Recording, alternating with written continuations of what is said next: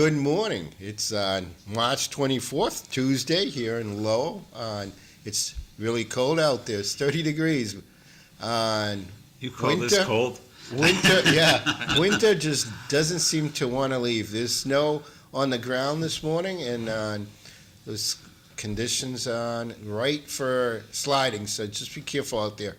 Welcome to the Dawn Patrol. Here today we have Sean Mcdonough. Oh, geez, Tom Bomil and I forgot his Bobby. and Bobby Hoey. No, I'm so sorry. I didn't sleep well. So today we're going to hand it off to you guys, and you guys are going to entertain everybody with some great talk about what's going on. But we'll start with the Councilor, right? What's new? For some reason... He couldn't cause any problems last week. There was no council meeting, so it was a quiet week for Sean, Oh, right? yeah. It was relatively You got a quiet, break. but the issue now is that I think we're gonna be there until tonight. Because what happens every That's what time happens. it's what happens. It's also why I voted against canceling the meeting, because I'd rather be there for 2.5 hours twice than until dawn. But So would here we are. they stack everything from last week onto tonight? The packet this week was like this thick. They had to use the extra size binder clip. Wow. Sean, can you drag that mic to you a little bit? I can't. Bobby, what's going on your end, huh? What do you got for us? You always have something good. Well, let's throw this out to Eric so he might call in. Oh, no. Hey, give us an update, buddy, on baseball. Spinners, I think I read somewhere, Spinners starts this week, opening game. Really? Yeah, I'm not sure, though, if I read it right. But I want to just say something to Sean. You worked real hard, you know. You're the type of guy that had to knock every door in your neighborhood, your district. You were even up in Back Central, down Chapel, all those streets there. I seen your signs, plus I know what you did. That alone will make you something of a, how can I put it, a pain in the butt on the city council for a while. Because you have to do what your district wants. I don't care what anybody tells me. Your district will scream out what they need. Just listen to the producer, you know what I mean? He lives here. You know what? And I'm just trying to tell you, I think you're doing a grade A job so far. So keep up the good work. And, you know, John McDonough, that helped you. That helped you because he said he was going to run. And then he didn't. Remember, Tom? Right, yeah. So that definitely was a plus in your cap because he does a lot, not only for the city of Lowell, he just does a lot for his neighborhood. Oh, no kidding. I always... and I make I make it as a joke, but it's not a joke. It took me a very long time to finish my yard signs and all the campaign lit designs in Canva because it was, I couldn't just make them right away. I had to wait until I knew John wasn't running because you couldn't just put McDonough on the sign. You couldn't just McDonough. Oh. But I mean, John likes you, so you're lucky. You know what I mean? That it actually worked out real good for you.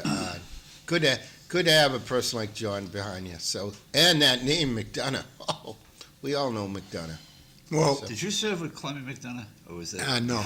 Clemmy was a former school committee person. He was on the school committee for years. When I say years, probably back to the 40s. And He's got the freshman academy building. yeah. You know, Sean, I grew up in I like to call it the flats, but it was, to me, Portuguese village. I lived right in the middle of all the Portuguese people. I never met a population that did so much in my lifetime. They just came in and put vinyl siding on a house, and they could grow flowers through concrete.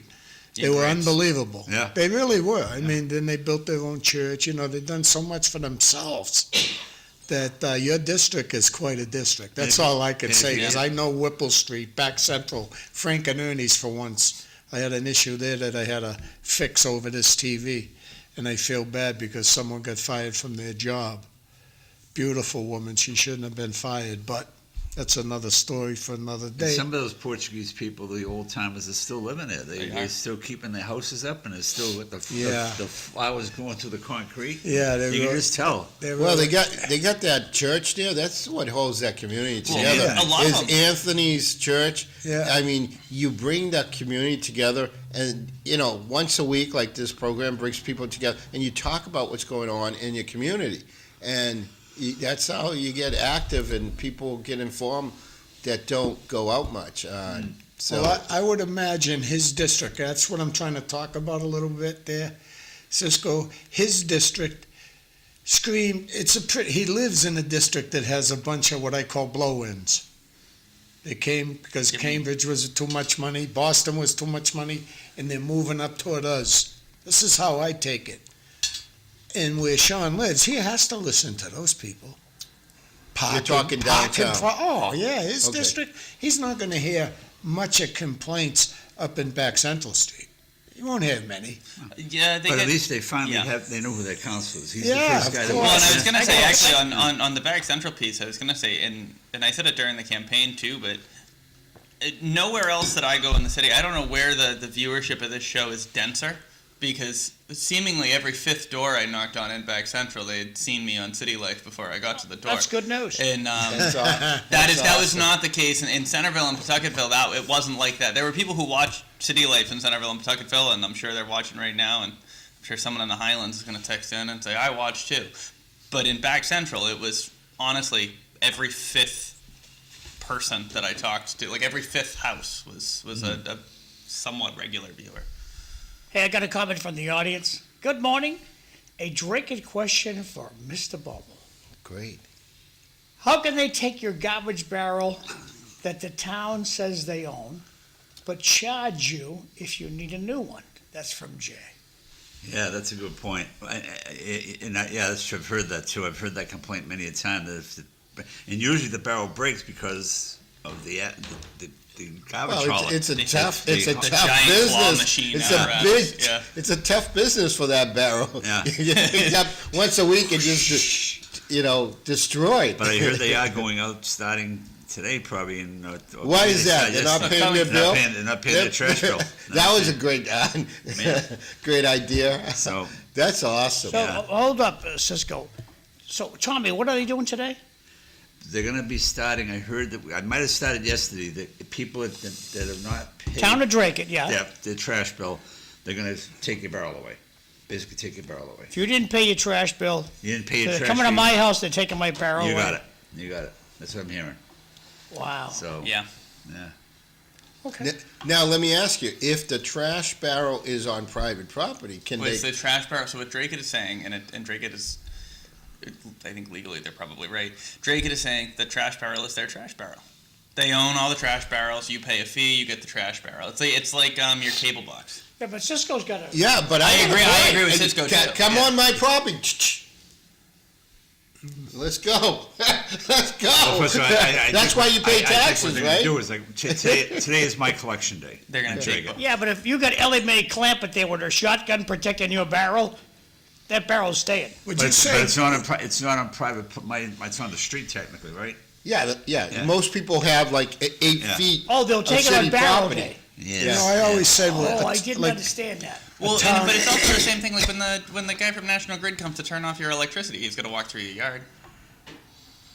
yeah. I don't even think they have to do that anymore. I think they can do it. Yeah, they do it remotely, yeah. I pay my bills. In fact, I got an It's been a email the minute other day since- about a new One of Lowell's biggest problems when it comes to trash is, if you looked at the town of Drake, I bet you their recycling is clean, meaning the majority of it is clean stuff that can be recycled. Yeah. In yeah, Lowell, it's all, both those barrels are equal. I heard that. So, Without a doubt. yeah, but let's talk about Lowell, because they're talking about taking, did they pass the motion? They didn't pass it yet. For The the vote's fees, tonight. so they're trying to take away, first I remember the days when you could put anything out, and we actually had people that worked for the city and collected the garbage. We had jobs, you know what I mean? We had probably, I don't know, a good 10 guys that went out, maybe more, that actually collected the garbage on, and they would collect anything, which was crazy, but they're talking now making, and as if I understand, I haven't read everything,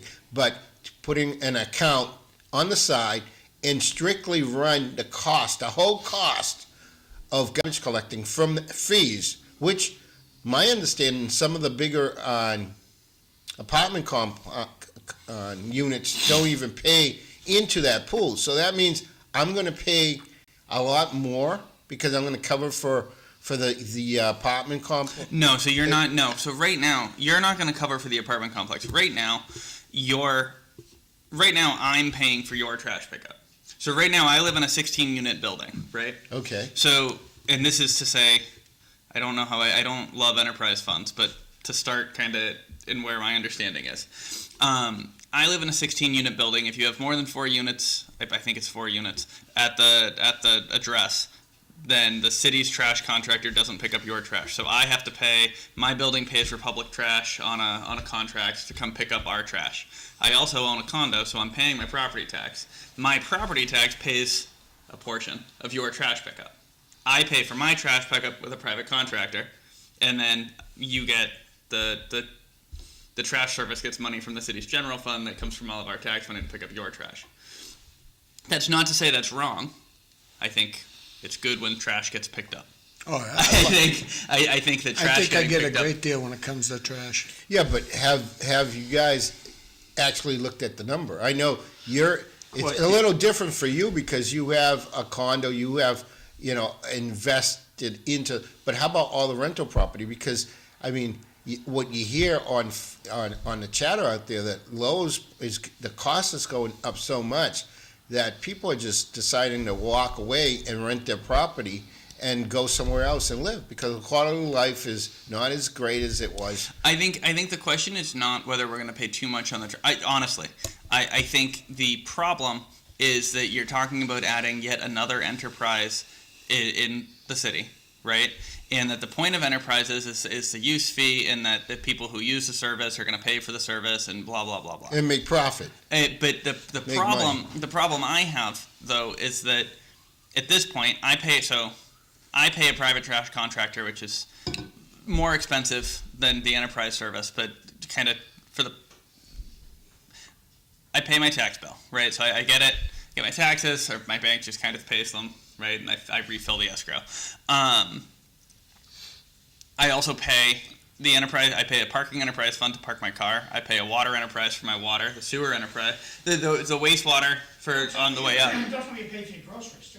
I also have to pay for my groceries, yeah, but I wouldn't expect my groceries to come from taxes. My point actually was more that if all of the services that we use in the city of Lowell are enterprised out, right? Like if all the major services are enterprised out, what are we using?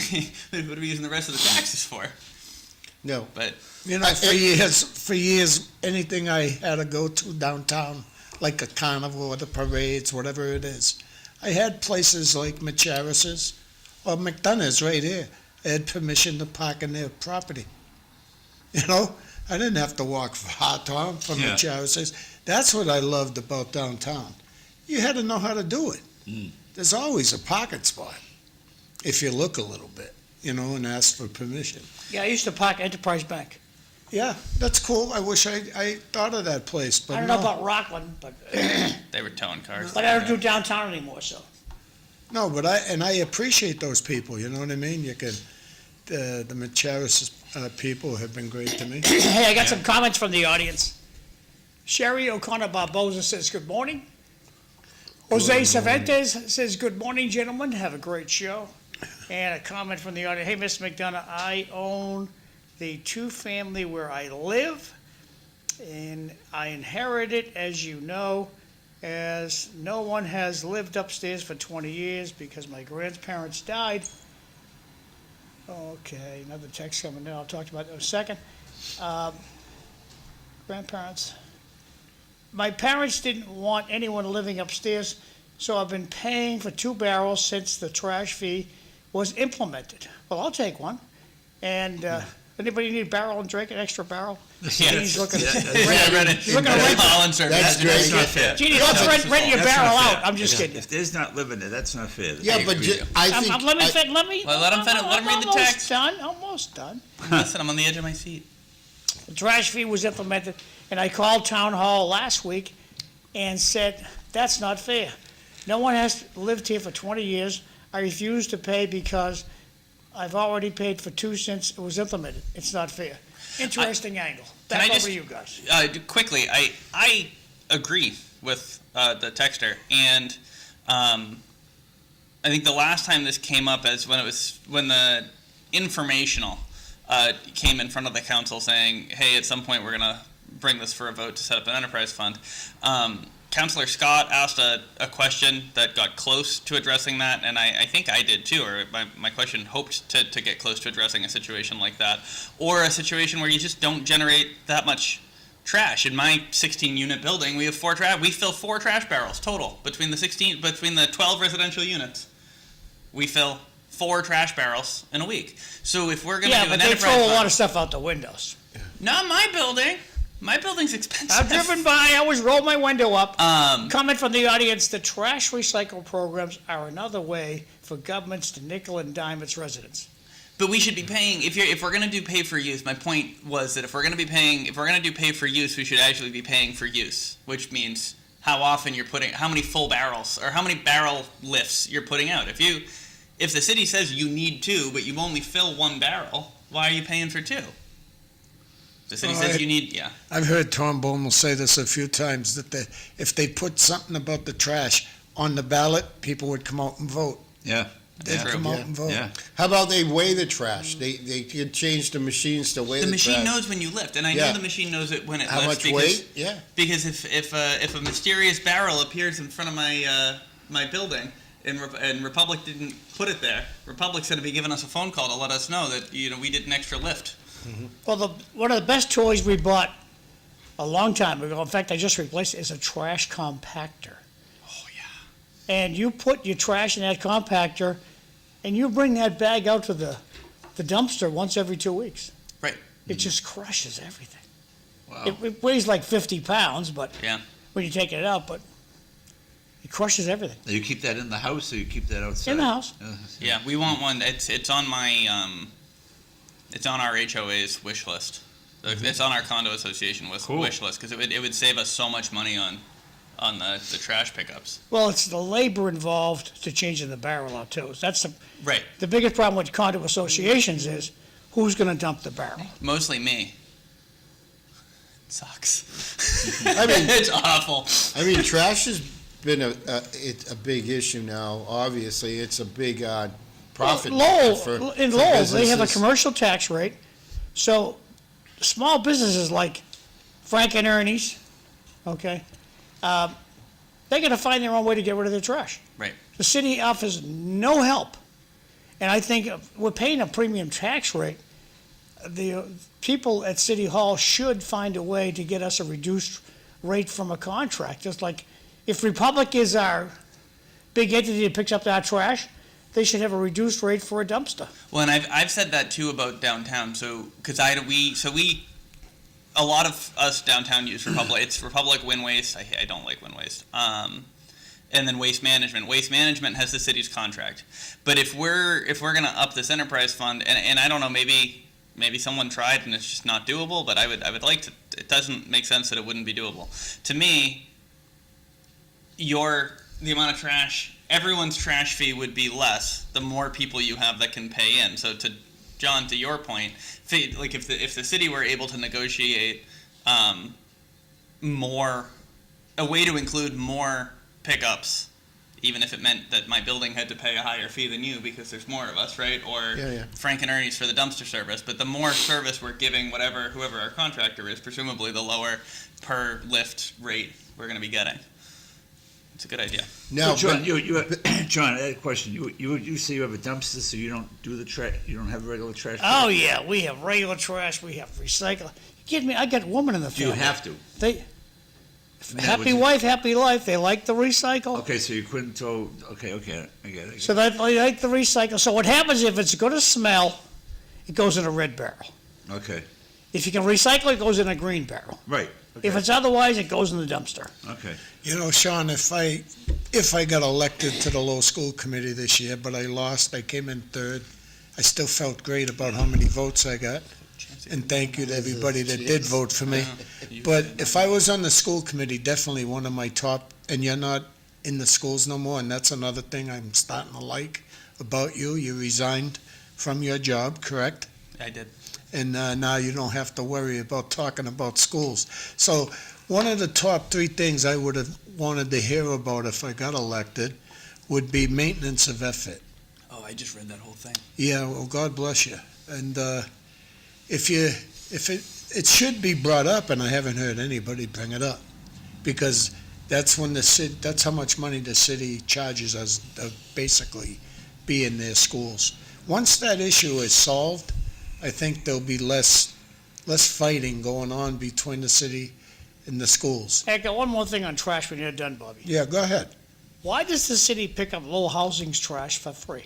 It's a great question. Yeah, that we It's a all great know. question. It's a federal entity. They pay zippity-doo-dah in taxes, and the Lowellians pay for their trash pickup. Well, don't worry, we charge the schools for the trash pickup too, and the maintenance of Everett. I know, Well, Drake Housing Authority pays for their own trash. They have their own company. They don't have anything to do with this town, so. I haven't looked at LHA's trash bill or lack thereof, so I don't want to say they don't pay for trash. I or used that to they do, but I'll look. criticize LHA, the we house- pay for, if there's a red barrel in front of an LHA apartment, who Right. owns that red barrel? The city, right? So you say, I haven't seen, just take a ride through the village over by Holy, the Gold Yeah, Dome right, Greek but Church. Take a ride by there on Barrel Day. Yeah. No, you're right. They are all right. Yeah. And you think they're half paying? I have no idea. That's why I'm just not gonna. I'm not gonna say they're not paying without. Look, I want to know first. That's all. Once I know, I'll say it pretty aggressively. I think by this point, everyone here knows that if I'm pretty confident that They I know don't something, pay. I'll say it. They don't pay. I'm not disputing. I'm just saying. I mean, the residents don't pay. I mean, the authority, oh, we get $50. They pay us $50. We pick up thousands of dollars worth of trash. They're screwing us. They shouldn't have those red barrels. Now in Lowell, as in Drake, what Drake can do with the talk about trash here, can you have your own private contract to pick up your trash? Yeah. Yep.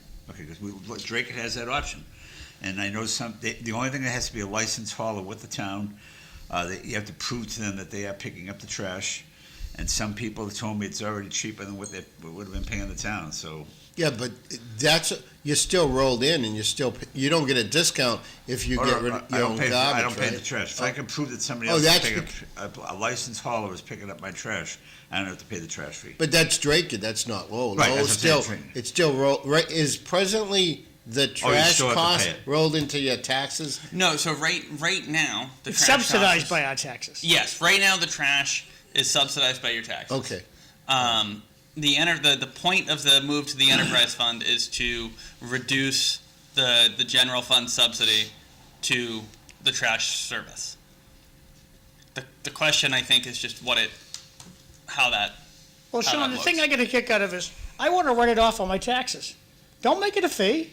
Just put it on my taxes. Just that simple. Oh yeah. Enterprise, Yeah. I do like that in the sense when you mean write it off, you get it as a. Put it on my real estate Yep, taxes. No. Okay, you it's going to get be an exempt extra. on that money. It's going to be an extra $500 a year to pick up my trash. Put it on my real estate And taxes. especially now where. Because the where- manager's salary somehow it finds it onto my real estate taxes. How does that happen, Sean? I'm just kidding you. Well, that I think is where I was going. Right, is that I don't, and maybe I'm wrong, and someone's going to text me and say, "How dare Mcdonough say that?" But I don't have a problem with fee for service. I don't have a problem. I think fee for service is I can see for a death certificate, birth certificate, yes. My issue though is everybody when gets trash everything. My issue is that when everything is fee for service and your taxes are still going up, at some point I wonder, what are we using all this tax money for? Yeah, we're using Because it for it's not salaries. It's not for water. It's not for there's the debt service on the high school and salaries and I'm sure some other things, but it's not for $9 million on road projects in the last handful of years. And how about the $50 million over on the high school? I'm sure it'll go over again. No one seems to be worried about it because, we got the money. The only problem is it's in your pocket. Well, We got a new senator. She'll get some dough. the problem. She's going to town. The problem is, I don't know what until they're done. I guess I don't know what we can do. Because if we were to say right now, they kind of have the builders kind of have us, right? The building's 3/4 of the way done, and it's either you pay us to finish or we stop working.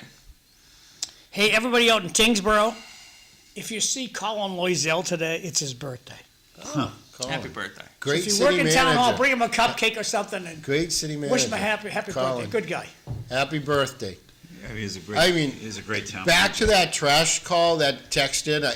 Isn't there a way that you go to City Hall and apply for a change in your zoning for your property? If you were zoned for a 2-family, you can say we don't have a 2-family. It's now a 1-family, and we only need 1 barrel. I mean, I can't see why she can't get rid of 1 barrel, and if she's going to need more space, she's going to have to use those purple bags, and she's still going to end up paying. Well, how can she prove for the no one's extra. living upstairs? That's what the town's going to say. Well, We don't have time to check there's nobody living upstairs, ma'am. Sorry, we're going to poke it to you until you sell the property. We need to put more cameras on First Street and behind the Pine School where people illegally dump. That will increase. Oh, yeah. Where am I going to put my roofing shingles? People will dump those right in the street sometimes, John. They'll do I mean, whatever. I know, that's where I dump my roofing shingles. Well, the water's back in the canal, so. I'm dying How to do you pay see. for water? I haven't tried the Lowell? canal yet. That's a good Enterprise fund. idea. Enterprise fund. You know, I look at what's going on right now, and this is what I say is coming. If we're having problems now, can you picture what it's going to be like in about 5 years? Because this city's going to grow to at least 200,000, at least. So It's going to grow. They're 5 going to years? build, Yeah. guaranteed. yeah. I don't have an issue with that, Councilor, in regards to having fees for services, and I understand it's a game on collecting taxes. It's just another form. It's just like when you bargain on a contract for a raise, you do stipends, but it's still a raise. It's just the percentage doesn't look as bad. So you're going to pay 5%, and then you're going to have a little fee on the side, which if you do add it together, that percentage goes up, and it's crazy. But I'd like to see some motion, if that goes through, that we have a dumpster available for you as a taxpayer to bring down on certain days. And I know they're going to say, oh, we don't want people coming onto the property or whatever, but there has to be another point where you could get rid of trash, just like they do with the paints and stuff like that. You know what I mean? So we have the city will do a bulk trash pickup for you, not for the bags, but for random items. Actually, I think it's a service that the city provides that is not very well advertised, because it's the city that does it, not the. So I've used it even downtown. In downtown, the city doesn't pick up my trash, but I was able to call. This was before I ran for anything, so I know it's real and not like a weird little favor. So what will the city do for me? The city. So I had a couch that needed to go away, so I called. Pay $35. Yeah. You pay extra for it. Yeah. Oh, okay. I called, but $35 is a service. $35 is a service. $35 is a service. We called so we started with the property manager's preferred vendor for bulk pickup. It was whatever the guy we take whatever his company was, and they wanted over $100 to come get the couch. Wow. The city of Lowell was like, oh yes, get the couch. Yeah, it's like $35-$40. Okay, whoop, gone. Which is very convenient for me because I would have had to call Well, somebody. see, with a here on truck. Happy Highland Street, we want to get rid of a couch. Yeah. We put it on the sidewalk and it's gone. That don't happen downtown. They'll think it's one of the furnishings. Honest to God, my you put coffee a shop. chair out there, a desk, Yeah. TV set. I've it's seen gone. that couch. You know where I've seen it? At the tent behind on Route 3. But that's what sometimes when Hey, they it's take not, it though. Yeah. The easier stuff, we'll bring it to my parents. My parents will let us do it up at their house. They live on in Methuen on a road into Lawrence. So like a TV, anything like that, they'd be like, oh, just bring it up to the house. We'll put it out there. But sometimes it's gone before I get back in the car to leave. Yeah. I live on a dead-end street, and my son will put out stuff on the street. It's gone by the morning. People, these drunk collectors, or One of my good friends lives in North Chelmsford, and he brings his trash to Lowell on Barrel Day in the Highlands. And he'll drive down the street and he'll just, hey, I bet you there's room in that barrel, and he dumps his trash in that barrel. But people from Draken are already coming now. Yeah, it's smart. They're going to be on the way. After their barrels are gone, they're coming. We're going to have a garbage police out there, make sure they watch people crossing the border with Almost. garbage. Oh, So who is in charge of the DPW nowadays? Is it Mark Byrne? Paul St. Cyr, Huh, Paul St. Cyr. Excuse me for a second. ChatGPT. I knocked down a beautiful statue. Oh, Oh, don't worry about it. That's Wilbur. Wilbur. Wilbur. I don't care what you say. It's pretty- That's Wilbur. So I learned a new word today, enterprise fee. I like that. I'm gonna have to. now I know where all my extra money's going to. Some enterprise fee. No, I mean, now let me ask you: are we going to be able to collect fees from UMass or any nonprofit that uses any of that garbage? Yeah, if they collecting? use it, they pay. So that, Okay. and that's one of the other kind of advantage. If they use it, they're supposed to be paying. The problem, enterprise funds make sense because it's a pay for use, and this is the right. It's a fairer way, and this is kind of what a proponent of an enterprise is going to say is, well, it's fairer because you're only paying when people who use it are paying for it, and we're not subsidizing. The counter, or one of the counters to that, is, the reason that we have government in the first place is to provide for the public good and not having trash all over the street. Although it don't seem to be working even with the trash pickup, but the trash removal is something that I think we've all kind of agreed for a very long time is a public good. So that's the balance piece, I guess, right? Is you don't want people subsidizing for your someone's throwing away 15 barrels of trash.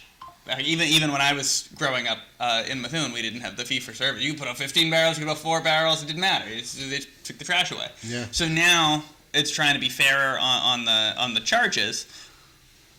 In that I think is fairer. The balance to that though is just that. Yeah, but wait, let me go back to that because I got 1,500. originally. 1,500 checks here. So originally, Hold on, wait. let me finish. He gets mad when he reads his text. Let me finish this. So originally, we could put out as many bags as we wanted, and the garbage got picked up. Then we went down to 1 barrel per house, with extra fees for the extra garbage. Now we are saying, oh, people are complaining they're not paying. Well, they restricted it to 1 barrel per house. No, right. Let him read his text. All right. Cisco, back in the olden days, whatever you put out front, it took was away. gone. No, I know that. That's You because could we had put people that a worked for couch the out city. there. You could put your mother-in-law out there. Whatever you had in front of the house, they were going to throw in the back of that orange. The city guys were the best. They took city Right. engines. I mean, an engine from front of my house growing up on Salem Street when I was a little Doesn't kid. surprise me. That's what they did. They swapped out engines on the street and they put it out on the curb and they got picked up. you can't put the text up on the TV anymore? No, it broke. I got my son Joe. He's in Utah. Okay. So when he gets Go back, ahead, buddy. it's on the list of things for him to fix. Trash recycle programs are another way government. I read that one before. How about the schools in Lowell? They have the city collecting the barrels. Who's checking what they put in it? Well, they have recycling trash because I see them here at the Rogers School, but the city doesn't pick them up. The regular trash guy does our house, goes over there and does the school. Anyone should recycle. It should be the schools. Teach them young. It's the teachers who are putting stuff in the trash can. So, the city trash truck is collecting trash at the Riley School. I didn't know we had a trash truck. How about cameras where the homeless camps are? Maybe the homeless should be. No, let's have the homeless move to New Hampshire. I think that's what we should do with the homeless. The best advice is to move as far away from mass as possible. They are sticking you up with a gun. They aren't sticking you up with a gun. They use a pen. Best way to get rid of old TV is to put it in the new box and leave it on your front porch. Duct tape is great. It's a great way to fix your busted up trash bin. It's definitely cheaper. My trash bin is at least 10 years old. When am I going to get a new one from the city? Back over to you guys. To the person saying the best thing to do is move far, far away, I would just say that I will take paying for trash service over what my friends in New Hampshire and Derry have to do, which is make sure they have a pickup truck so they can throw it all in the back of the pickup truck and drive it off to the dump themselves. I like just putting a barrel on the curb. Well, I it's- have- Maybe I'm soft. No, but it's- I enjoy being that's- able to just put it's a barrel on the service, curb. and you pay for it. I Right. mean, I This agree. was years ago. I had a friend of mine who lived, I met him in Derry, one of those communities. That guy said to me, somebody comes to your house and picks up your trash, you say, well, we have to go to the dump. It was impressive. I'll pay anything, he said. There are some towns in New Hampshire that you have a fire at your house, there's actually people with a red truck will come and put it out. Yeah, you're right. There yeah. are some municipalities in New Hampshire do not have a fire department. Well, and that's, I think, when people get all upset about, and there are plenty of things to get upset about with Massachusetts, and there are plenty of inefficiencies at the state and local level on what we spend money on. But there is a level of service that we get in this state that you don't get when you look at some of our neighbors and say, how come they don't have to pay what we pay? Well, it's because they take out their own trash, and their fire department is an hour and a half away. And Yeah, but in Massachusetts, we have a right to complain. it's true. We do. We love I to complain a lot. Yeah. I'm not criticizing the complaint. See, I'm happy. I love my trash fee. I love Trump. No, I'm just saying, hey, I should be able. Trump and Sean. I should be able to say that. No, that's just right. fine. Yeah, I have a right to say whatever It's an I want to opinion, so say, you but do, exactly. I get in trouble now and then. But We all Sean, do. your next big thing obviously is going to be the budget. That must be in the process right now, right? I would Yes. think. And your new mayor, that ought to be a lot of fun. The budget. Yeah, when's that budget coming out? I just Because can't wait. I want to talk more about that budget. We need more. We need more to talk about. We'll start. We'll I start want to know with. if they're going to go line by line item. Oh, I want to see. Hey. I'm going line by line. Trust me, I'll be talking about that. I love this guy. Well, it's going to be How up to you about councilors to vote that. I think you know how I'm voting. Cisco? One at a time, please. Cisco. As your host. I Go think ahead, Bobby. I think the first thing we should talk about, because I'm pro police, believe me, and the pensions and how much some of these guys are making. I got a friend that made over $300,000 last year in the prison system, about 350 In the prison actually. system? My He's a God. lieutenant, Wow. but 350, a lot of overtime, buddy, because they don't have enough help, and there's overtime. You can't believe how much overtime. I don't know Well, if police have overtime. That's something though that the city probably should have done a couple months ago. We don't obviously nothing to do with the prisons, but on the overtime piece, we're coming up on crunch. Like we're going into a tight budget. There's going to be everyone's talking about lay off school side, lay off city side. Ooh, I haven't seen what they are yet. I'm just saying, right? There's an amount of money that we need and there's an amount of money that we have, and they don't match. How have we not put a pause on voluntary overtime yet?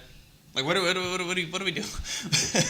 what are we doing paying overtime for neighborhood meetings? What are we doing paying like? Overtime, you guys at least should consider overtime should be paid to regular, so a cop, regular cop, not a lieutenant, sergeant, regular cop. Okay, the guy makes, I don't know how much an hour, I don't really care. Let's say, for instance, he makes on a detail, he makes $50 an hour, we'll say. 55. You're close. Go ahead. So if he makes overtime, does he get $55 an hour for that? He shouldn't. And a lieutenant or a captain, I used to get a kick out of, when I would see a gold, I'd learned this in radio, had a regular cop tell me, when you see a gold badge on a detail, he's robbing some kid out of being able to buy his house. Well, When they you see a get paid. captain, when you see a captain doing a detail, Well, he shouldn't be out there doing a detail. and this is Yeah, but they get paid the same. I'm pretty sure a captain could be out on the street doing overtime, let's say. It all depends on the contract, Bobby. Yeah, So definitely. in Lowell, all the detail on money that comes in as extra work for the police officers is all paid at the same hourly wage. That's contracted out, and most of those wages come through the contractors that hire the police to go out there and direct the traffic. yeah, but what if you go to a neighborhood meeting A neighborhood meeting or that- some other function? well, I don't want to a single out a city- neighborhood no, meeting, no. guy, but some other function. Any One at a city, time. any city overtime per contract is based on your rank and your hourly wage. So if you're a captain, it's average of $150 an hour. If you're a patrolman, it's probably on depending which tier you're in, it could be, I don't know, $55 an hour. So But- it's almost 3 times the Before amount. Sean jumps in, so there's a hole in the street, and Verizon's gonna come and fix the hole in the street, work in the hole in the street. So we gotta hire a cop. What's the pecking order of who gets to work with Verizon that day? The captains get first digs, or No, the patrolman? that's all extra, it's optional, so you sign up. They have an hourly. Okay, a captain signed up, a sergeant signed up, lieutenant signed up, a patrolman signed up. Who gets picked? Whoever has less hours will get the call, and whoever's available. So if you have a good phone and you hear it, and you get called that day, and you're the first person they make contact with, and you say, yes, I want the job. They you don't go call out the and captain work. first? No. Understood, thank you. Over to Sean. Contractually, Sean had a question. that's already been, You answered my question, thank you. negotiated out. Sean's So- turn. Well, what I was going to say is that I think a lot of time, because it's an easy one to look at, when budget season comes around, or we start talking about people that are paid too much or too little. It's never too little. I think there are some people that are paid too little, but when it's budget season, no one wants to say that. But I think schools are very often an easy target. I think right now we do have some positions that were created with some temporary money that are lingering around, and I can see why that would be low hanging. The piece though that I try to keep reminding everyone is that the teacher contracts do have a decent base salary. The para contracts don't. They're underpaid. Who's underpaid? Paraprofessionals, the support staff. Paraprofessionals. You can't, they make the job, like what I was doing at the high school, they make that job possible, and they're paid like 30 grand. But we don't get overtime. Teachers don't get overtime. There's no overtime. They work 181 day, whatever, right? They get the summer unpaid. That's a union issue. That's a union issue. Well, it's a union, but it's also the way that our union has gone. See, But because people, why does a supervisor in corporate world does not get overtime? I agree. You're a supervisor, but if you work for a city, you get overtime. well, but not if you teach, or not if you work That's in a the schools at union all. problem. No. I think it's a good thing. But I guess what I'm saying is that the teachers' unions, not just in Lowell, but seemingly everywhere, instead of looking for kind of very favorable overtime provisions, they get slightly more money in the base contract. But there is no option of, I'm going to, do what? You can do morning tutoring, and you can get, I think, like $1,500 on the year or something. It comes out to about minimum wage. There is not the same kind of way to go get extra money through your job. You have to go get a second job. If you're a cop, if you're another city worker, instead of getting the second job, you can find overtime to sign up for. That's not criticizing either side there. It's just kind of like remember. A lot of things that people don't understand. Some of these positions, like the police or the teachers, they work different hours and different days. So a lot of these contracts, a lot of people don't realize that if you look at the hours compared to the average employee that works 40 hours, 52 weeks a year, the hours annually are a lot less. Like I know as a police officer, you're working 60 less days a year than the average person. So, right. and that doesn't come out when they go and negotiate, because they don't want people to know that they're getting a great salary for the hours they work annually. And that's what you guys need to look at when you negotiate these contracts, is how much hours are actually being worked, and enlighten the people, because, if you enlighten them and say, look, you're making a lot more money than the average person who works, 60 days more than you. Do you really want to fight this, or do you want to take a decent salary? And I believe everybody should get paid to work. But Yeah. Well, but, I think but it has to. You have to have transparency I on think both it's- sides. The way I looked at it, right, is here I am saying to myself, wow, you're a dropout, you're making $90,000 a year.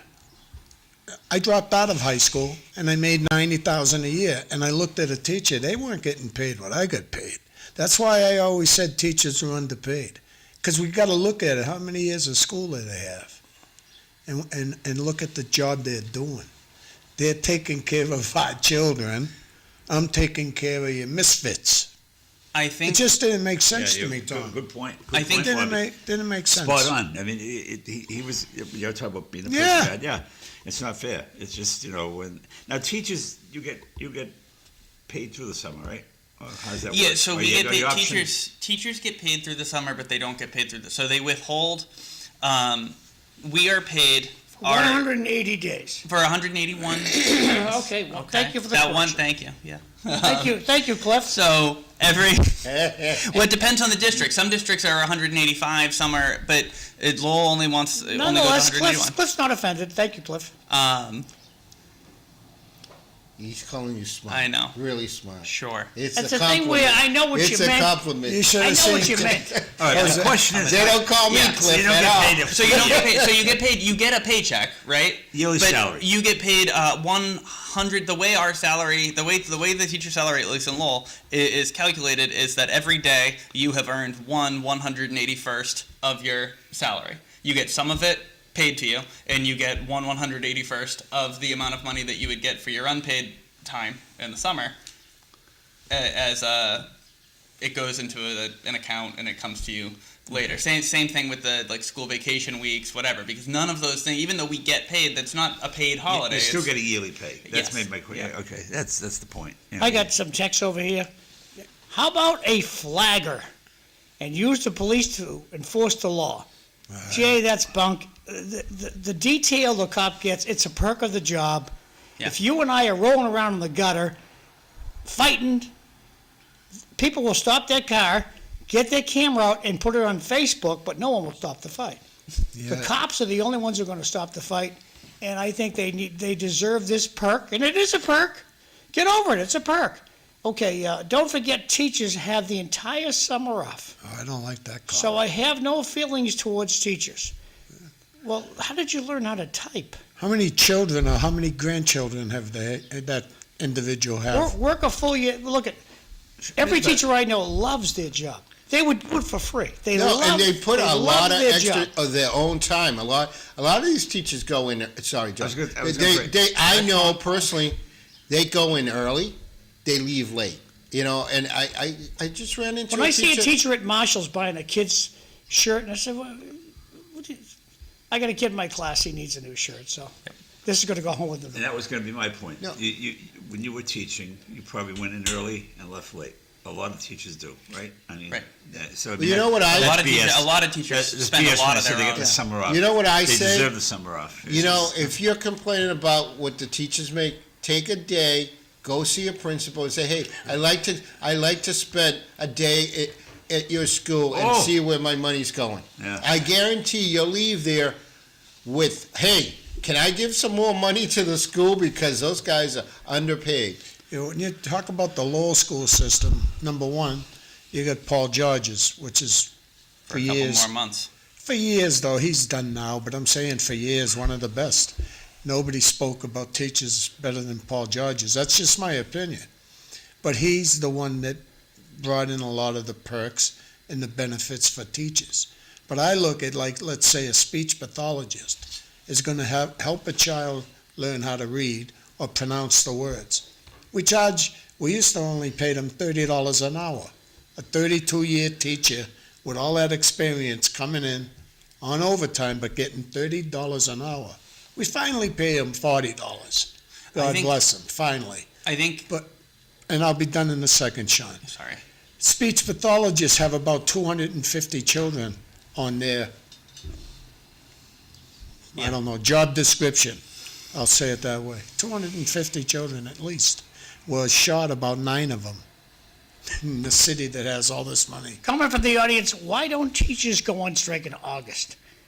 Boy, if we could give this guy's address, he'd have a lot of pies on his building. Well, I think the issue both that I think Bob is getting at and that the texter doesn't really want to understand is that in the city of Lowell, we've talked a lot about the need to give our friends massive raises if they have good job titles because we need to be competitive. And, this person who I've known for 14, 15 years, they've only ever worked here, they're going to leave if we don't give them, tens of thousands of dollars immediately. But that logic, I don't actually care much about that logic. to the extent that there is logic to that, when we're talking about our friends at the top, right? When we're talking about people we've known for a long time who work in offices. But when we're talking about, on the police side of this, when we're talking about patrolmen, on the school side of this, when you're talking about teachers, speech pathologists, paraprofessionals, Professional. The guy at the bottom. back on the city side, inspectors, machine operators with DPW, the people who actually do the work. Well, if we're not paying anywhere close to what a competitive wage is for those positions, then there's a reason for how many open positions we have, right? There's a reason we're missing however many speech pathologists you said. I know there's a number of if we can't fill those positions, it's because we don't pay enough money for it, because things cost money. That's the reality. It's not, in Lowell doesn't exist as much as a lot of people in Lowell, and I'm sorry if it offends anyone listening, but a lot of people in Lowell seem to think that, Massachusetts begins at the Drake line and ends over by Tewksbury, and that's the whole thing. There's nowhere else to go. That's the whole state. There's a whole lot of communities surrounding us, and they all need teachers and cops and DPW guys and inspectors, and if we can't pay a wage to keep actual workers in the city, they're going to leave. They're going to leave. That's all. That was the school committee this past Wednesday, their meeting. I didn't catch it. I only watched the meeting before. And it was, the big issue was given 3 people at the top that make about 180 grand, let's say, approximately. 3 of those people a pay raise. And the first vote, it died 3-3. Connie Martin wasn't there. And so it died at the Well, Bobby, let me just on the table. let me toss this on the table, okay? Yeah. Would it be fair to say, Sean, there's 20 kids in the classroom? No, How many kids? close to 30. Okay, so with 20 kids in the classroom, that classroom generates $360,000 in income to the city of Lowell. We paid the teacher, we'll say we're paying the teacher $50. Oh, we're saying paying the teacher $100. Where does the other $260 go? That's per classroom. And that's with only 20 kids. You put 30 kids, I'll do the math again, but that's a lot more money. Correct. So where does all that, we're only paying the teacher tops $100 grand. Where does the rest of that go? So you've got the teacher, you've got any support staff wrapped around it, right? So Support your staff, now how much, the assistant teacher makes $35,000 a Well, so year. What did he do? The assistant, so the paraprofessional or assistant teacher, if the classroom has one, but no, then also, whatever. And I'm not saying it's not going to amount to the whole number. Don't worry, I'm not. That's where I'm going. But you also have your custodial staff. You got your lunch servers. You've got the administrative thing, and then you also have in Lowell, at least, increasingly that money goes towards the maintenance of effort. That's where it all goes. All that money goes to maintenance of effort. The MIS department. 44-something% of the budget for... Okay, now each classroom, according to you, with 30 kids, gets $540,000. Each classroom does. Now we'll say we're paying the teacher $100, paying the assistant teacher $50, paying the custodian $50. There's $200 grand gone. Where does the other $240 go? I think... Tommy Golden. I guess what I'm trying... Well, before we get there, because if I like to blame Tony. I like to blame If I just jump to that, then Jerry Nutter's going to call me a liar, just like he tried to call Paul Well, George. Jerry Nutter, where's it go? I agree. Well, and Who is Jerry Jerry but the issue is The guy that that attacked you in Frescarelli. after you go through all the payments in the schools, right? We know there's money left on what we get from the state. But okay. The issue is increasingly it's offsetting this maintenance of effort piece. So there's lots of things that we pay for. The teacher, the assistant teachers, paraprofessionals, the teachers that don't have kids directly in front of them, right? Because not every teacher has kids all day. There are rooms, whatever the staff to student ratio winds up being, it's not going to be 1 to 30 because you have your gym teachers, your music teacher, your whatever teacher, blah, blah, blah, right all over the place. Then you have keeping the building there, that money. Yep, yep. You've got the feed the students money. You've got the administer the whole thing money. So it does get spent out. And the biggest piece of your whole budget is, Oh, I know we managed to get rid of it. excuse me, because this guy's going to do a great job in 2 years. Biggest part of that budget is special ed, where you worked. Right. And they constantly try to keep that down. Oh, because they don't want it to grow. It's common sense. When you get the biggest piece of a budget, there's people around trying to shoot that budget down, keep it down. When we know, and I know, there's children laying on the floor screaming all day long that need more medical attention than they Well, do. and they also a bring in more school. money. They bring in more money than. Of course, but there's a Europe, lot yeah. of issues there, a lot of money. Agreed. So I'm glad to have you there, buddy. Not to change the subject, Go but ahead. there's it's on the same idea. There's a Wendy Roberge that's a assistant superintendent. She was one of the ones that just got a temporary pay raise. Anyway, she's a For 1 year. finalist for the superintendent's job in Reading. Right. It was on. Oh, she'll be a superintendent. Yeah. Yeah, she'll be a superintendent. Well, the issue with that raise, that raise, it was a 3% raise, right? For 3 administrative jobs that I think are actually fairly important administrative jobs. I think there's a lot of bloat, but I don't know that. Like assistant superintendent for student services, right? Who does all of the 504 compliance? Who is the new, not old, but the new. That they supervise the director of special education. They have all the 504s. They have all of the like that. That is a job, right? That I think is an important function. Most school districts have, whether they call them an assistant superintendent or they just call them director of student services, and it has a pay that goes with it. And so if Lowell says we want that job, then we have to pay what that function costs. Yeah. Yeah, that's all. So let me ask you, how many teachers are in, roughly, what's the number? 1,200. 1,200. So Wow. let's just, for numbers, 1,200 teachers at 100,000 is 1 point whatever. But you had 3 managers, all right, looking for a 3%, let's say 200,000, right? That's 6,000 each, $18,000, and it took how many meetings to determine that Oh, that ridiculous. they didn't deserve a raise or get a raise? They got the raise They got the raise. $18,000. So across 3 people. For 1 year. they yeah, got for the one. raise. I just don't understand So 50 why 500 that bucks vote each. was so hard. And when you had no problem giving 1,200 people, what was it, 12% of the last contract? Or 443. Cisco, let me just say why it was so hard. I think they're thinking, the majority of that school committee is thinking we're going to have 9 million in cuts. That's what they're thinking. Administration should go. They're thinking big cuts are coming. That's what. yeah, but That's why. But that's the future. but- You're not there yet. So Right. we're talking about a vote presently. Right. You can't vote on what's to come. You can deal with what's to come when it's there on your table. No doubt. At that point, you're wasting everyone's time when you're saying, "Oh, $18,000 is going to save us." 18,000 out of 9 million, you said? How Not even smart in are the you? bucket.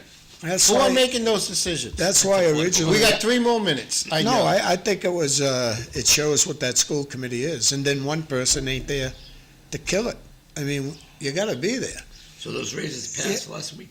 Yeah. They, So They said they it didn't sounds like it was more political because $18,000 over 9 million isn't a lot of money. The issue as we head into the break, the issue is that we're fighting on the school side. They're fighting over crumbs. Okay, right. So you've got, to Bob's point, you've got people looking at a $9 million shortfall, and they say, well, this is just reality. This is just, I'm looking at it. Here it is. How can I justify giving this person 18? How can I justify 18 grand? Any raises at the top when I'm looking at 19 million in cuts, or 9 million in cuts? I'm sorry. What I'm saying is, why are we fighting? Why are we forcing the schools? Like, why are we forcing the school department into this, back alley fight over a couple of crumbs? Because the money that the school committee decides how to spend comes from the city. Okay, we're going to go to break. Okay.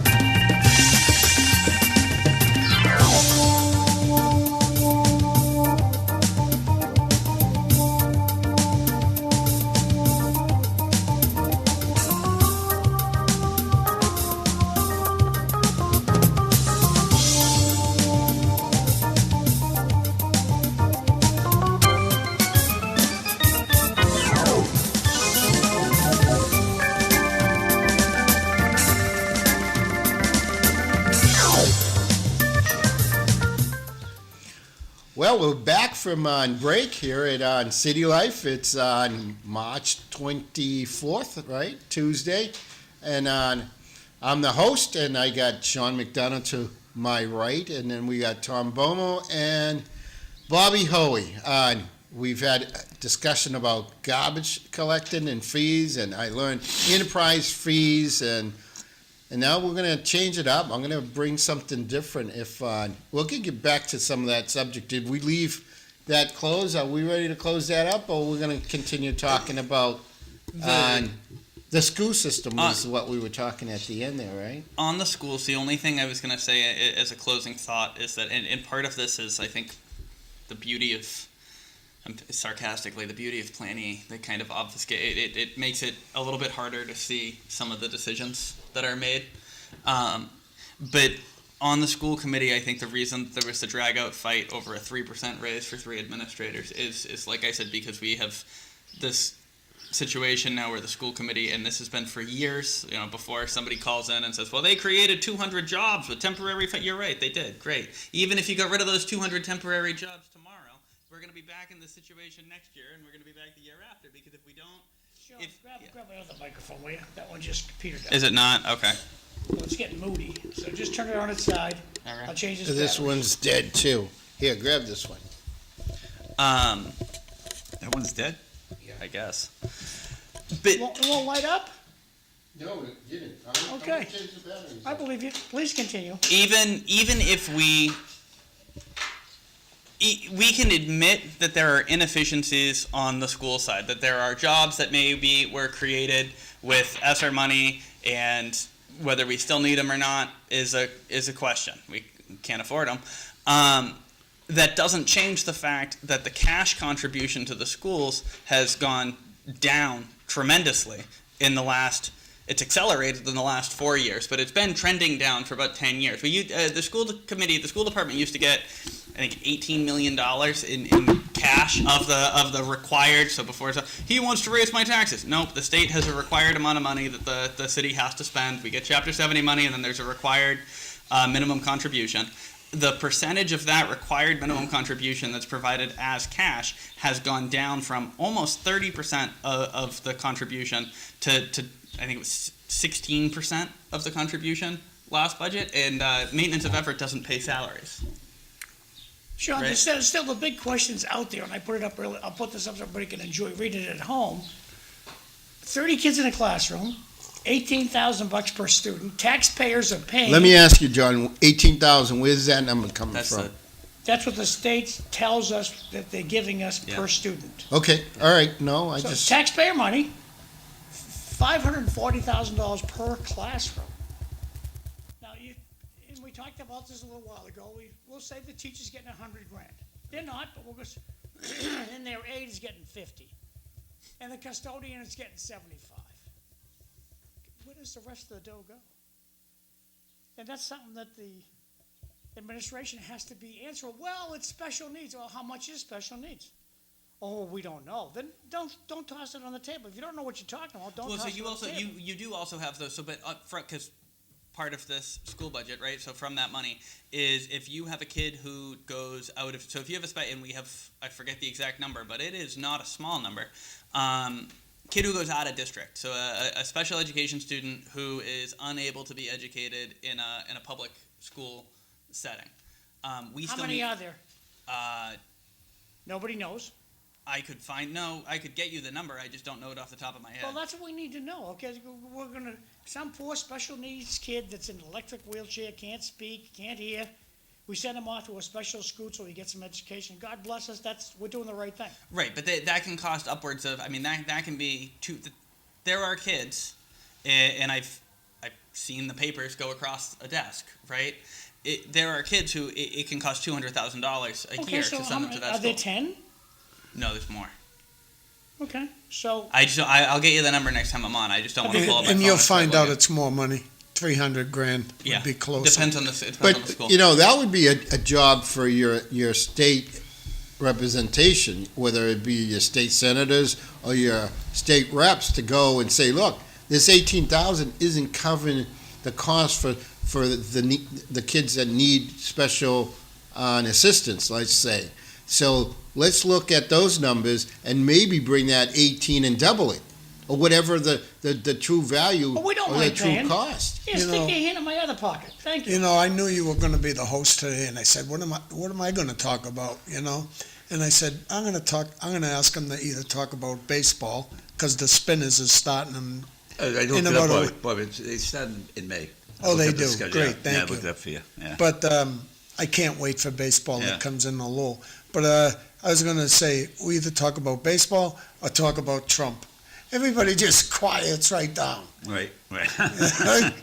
Even Cisco, listen, look at him, he's silent. No, I don't mind talking about No, Trump. I have no desire. I actually, you know, He but says- you know something? A lot of people are not talking about Trump, and it's going to be interesting in November when these elections come out.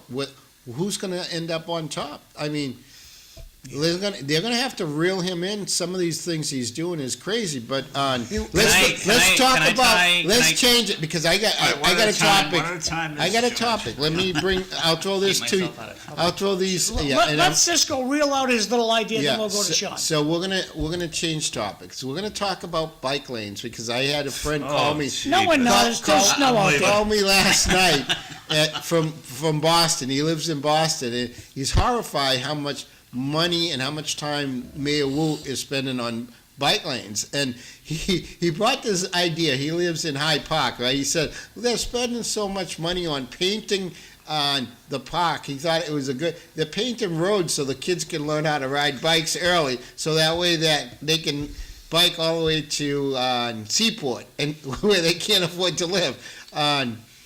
Why is bike lanes such a big topic out there?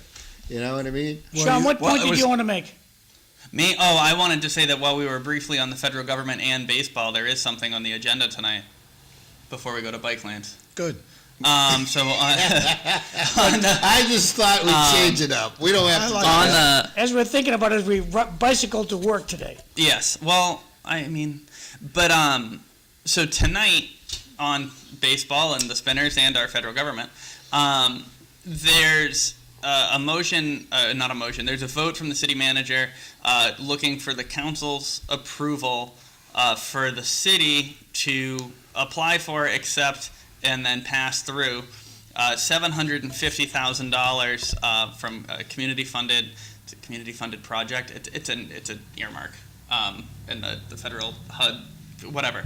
But the $750,000 that the city would get, we would take and we would set it on fire immediately to keep Mr. Meehan warm, because the Spinner Stadium that the university owns, I guess, wants $750,000 in work, but for some reason they want us to get them the money to do that. Oh, come on. Work. Are you kidding me? Oh, my God. That's their what I fault. said. I Yeah. saw that and I said, hold on a second. I don't care where the money originates from. Why is the city of Lowell gonna? What are we doing? Hey, we sold it all to him. man We would still have had to to pay the do- mortgage. Yeah, I'm All dying. man would have to do is take a year off and pay. It's George right. Anthes' salary. Marty gets like Yeah. $700K. yeah. Wow. Yeah, but I mean, look at who our congresswoman is. I think what you Yeah. will see the other side say to fight that would be you're going to have about 20 home games, at least 20, of Division I baseball. That's like having the Spinners back. That's it to me. The Spinners were semi-pro, maybe like single A. Yeah, single A. Yeah, well, these guys, Division I baseball, I'm telling you, we're going to have 20 games. I'll be there for at least half of them.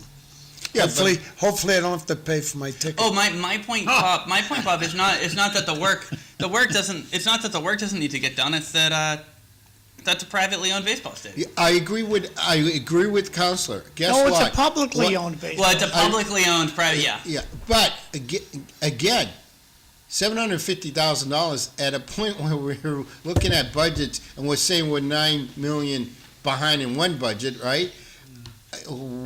And the other thing is the councilor said it's a private. We gave them.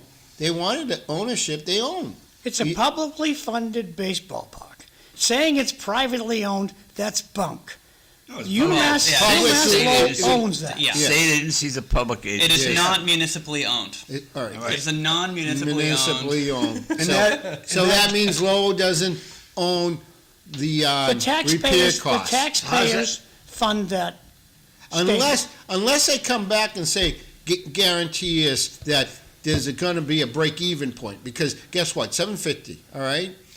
And you're saying, oh, we need this money. Well, how long are you going to be around? This is a new venture. Cisco, This could be over next year. Cisco, what should the Lowell taxpayer expect from UMass Lowell, who pays zippity-doo-dah in taxes, for a publicly funded school? What should the Lowellians expect from the university other than a big smile? No. What do they give us? They don't give us anything. They don't. I agree Oh, with they you. educate your children. Every kid's paying for it. Why? Publicly funded school. Why are we paying a publicly funded school for education? We don't pay Lowell High. Nobody asks these questions. So, Sean, what's your gut feeling? How's this vote going to go tonight? I have no idea. Well, I have a feeling the way it goes. I mean, a lot of times these votes from the city manager, especially when this is like federal. This is Laurie's office trying to move money, right? So where even it's still tax money, as the mayor said a couple of meetings ago about CDBG money in the senior center. There's no such thing as free money. It's still money. It's just which tax pocket they're taking it from. To John's point earlier, but I don't know. A lot of times these are fairly non-controversial, but I'm feeling some kind of way on it. A lot of residents have kind of been alerted to this, at least around me, because like we talked about with Markley, a lot of times when we talk about the university in Lowell, when we talk about UMass Lowell, there's two ways that the university gets talked about, and it's not how my district talks about UMass Lowell. So the city, often we talk about, the partnership with the university, and they do these, nebulous economic development things, and it's okay that they don't pay taxes because, these are the things that we get from it. Okay, maybe that's true. Citywide, I'm not going to dispute that right now. The other side of it is, well, they don't even pay property tax. Not going to dispute that right now. What I see, where in my neighborhood, and what people who live near the university see in my neighborhood, is a large publicly funded business that doesn't really give a damn about the neighborhood. They don't do it. To John's point, never mind what they do for the city. They got a pass through that you got a couple hundred residents who are using this pass through to get from their building to the street. What the city manager will tell you to shut your mouth because they give us jobs. They have jobs there. Yeah, but so did That's Markley. where you're going to get chastised. They have jobs. Shut up about the UMass. But so this is the lowest hanging fruit of all, right? There's this pass through in an alley. It's a necessary. I would have said it was a necessary pass through because you have a residential building here. You've got a bunch of university owned buildings, and then you have Perkins Street or Hall Street. One of those two. Okay, please forgive me when I. Is by But the okay. Go ahead. These people who live in this apartment and condo complex, the university put a gate up. They gated off the pass-through. They can't cut through that. So now their only choice to get to the street, they got to walk all the way. I mean, the mill buildings are very long, right? Yeah. So now they got to walk all the way down this way or all the way down this way, up and around. They can't just cut. They should have a through an alley. walkthrough for the. Is that the mill? Right, they had to walk through the university. This gate, the locked gate, is new. The locked gate is within the last couple of months. This is new. You want Marty's cell phone number? He'll do nothing about it. They sent someone from the building, myself, had reached out to somebody at the university and said, "Hey, what are we doing?" And they said, "Oh no, we don't open that." They said, "Well, you don't open it. You never closed it. This is not we don't open it. It was never closed. This is." So you have that piece. 10 years ago, right? Not to be sour grapes, but at the very same building that it now has the locked pass-through, we had 230 market rate apartments full of young professionals, like the kinds of people that Lowell has been saying, "Oh, we really want these people to live here." We were on the way to making a real residential neighborhood over by the university between this Renaissance on the River kind of condo complex, Yep. these market rate rentals. Well, what's Marty Meehan do? He buys the place, right? He buys all those apartments, and they evict 230 people almost immediately. And then you get, NIMCOG wants more housing. Well, NIMCOG should talk to Marty Meehan about the 230 units of market rate housing he took off the market and evicted 230 families. And that neighborhood remembers that. Those were their neighbors. That neighborhood remembers that. Yeah. You've got an athletic field that's made only for intramurals. Okay, the athletic field on East Campus, tennis courts, turf, the whole 9 yards, right? What do they do with it? They put a padlock on the gate. The kids are going all summer. It's an intramural field. See, I live in District 3, Belvedere. Not in my backyard. I don't want nothing up there. Leave us Oh, alone. that's right. Yeah. Leave us But alone. it sounds, NIMBY. Counselor, it sounds they're doing the same thing as Markley. They've lost touch with the neighborhood their business is in, and the people in that neighborhood are upset. Their You've quality of life is interrupted by a business, and people are speaking out. And you see it. You see it when people go out and vote now. There's this park space, this green space behind the Tsongas Center, and it connects. So it's on the Riverwalk, and there's this green space behind the Tsongas Center. Not for long. And Go ahead. over my dead body. Yeah, I love that. Which is where tonight comes from. The university has decided that they really want to put a hotel and a second sheet of ice and this commercial expansion to the Tsongas Center. And where do they want to put it? They want to put it between the Tsongas and the river, which would mean, you say, oh, well, we're going to keep some of the green space. Sure, because by law, you got to stay 100 feet away from the river. I paced out 100 feet. I mean, it's like 5 trees, okay? There's a whole lot of green space that's lost after you go in 100 feet. I put in a motion, I think it was the first motion I filed, said, hey, has the city reached out to the university about trying to do some kind of a land swap with them? We have these 2 surface parking lot development parcels that the city still owns next to the Tsongas Center. Can we give them some or all, right, in exchange for maintaining that green space? It's the only green space. It's the only green space that these people who live, that I have, that anyone in Boot Mills has, that all of these buildings, that's it. It's not very large, but I mean, think about how the Highlands feels about Tyler Park. This is smaller than Tyler Park. Yes. This is smaller than Tyler Park, but it's what we have. And the university wants to put a hotel on it. And so at the same meeting that they're coming, and they say, oh yeah, we want you to help us get $750,000 for a baseball field that we used to make money, right? It's the motion response where they say, yeah, we don't really feel like working with the city to find an alternative site for the second sheet of ice. We really, what we want to do is put the RFP out and bulldoze the park. I'm not going to defend Marty Mann. Marty makes a lot of money, but he's only got two years left in that job, maybe 2.5. And before he leaves, he's going to do a lot down there where Notini's used to be, Aiken Street. Yeah. There's millions coming into that district. Sam Chase, one of my favorites from Chelmsford, he always says when you live in Lowell, you get a good bang for your buck. Mm-hmm. What do you think about that, Sean? A good bang for your buck because of how much money we get for education, all that money John Mcdonough just mentioned. As a homeowner, I think I get a good deal here. Honest, I really do. And the fire department a couple of times had to save my life this year.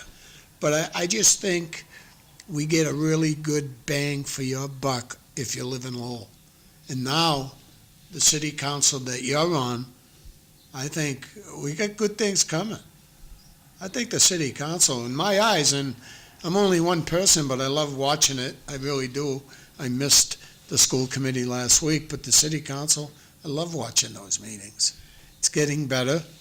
The city's getting better. I believe all the things we complain about, I think the city council is fighting well for us. But Bob, Yeah? I'll cut back on that. It's a good bang for us because we've been here when we bought our homes at a reasonable price. Oh, yeah. It's not such a good bang when you're buying houses at $750,000. Oh, yeah. Okay? I agree. So it's good for us, and we're lucky, but this generation that's coming in now, trying to start families, it's not such a good bang. I mean, it's tough. It's tough for someone like John Mcdonough, who's starting a young family and looking to move to the suburbs. Let's say, I like my condo. yeah. I don't think he's But- ever going to leave downtown. But 'cause you have that, to get you to a district also, then. you got in there at the right time. I think if somebody comes in here into Lowell now, trying to establish himself here as a resident, it's tough. I think it's not as competitive as it was back then. I don't know. I hope we're still competitive. I hope we still bring Is people the, into the let's- city. Is the Let's senior talk center going to be discussed tonight? It should be. Okay. People that moved away from Lowell, I like to call it, remember, it's been going on for years. White flight, we called it. Remember that Yeah. term? Yeah. That has stopped. Because most of us are still here. The ones that are still here, we're not going anywhere. Sure. You know, and the mixture, I just look at the city in a good way. I think we have a lot of problems. Your district has the most, sorry to say, right here at the South Common. Because this is where I like to give Cisco and the Puerto Rican people a lot of credit. If you look at the North Common, why is that so much better than the South Common? Because they didn't hurt the homeless. No, number one, no, and That's the reason. all right, no, let me say why I think the reason is. In Sean's area here, it's because of the political hacks that were putting people into this housing. There's people in there that shouldn't be in there, okay? Just because you're an alcoholic or you're a drug addict, shouldn't take a housing spot. That should be going to handicapped people and elderly, period. And that's what they did wrong.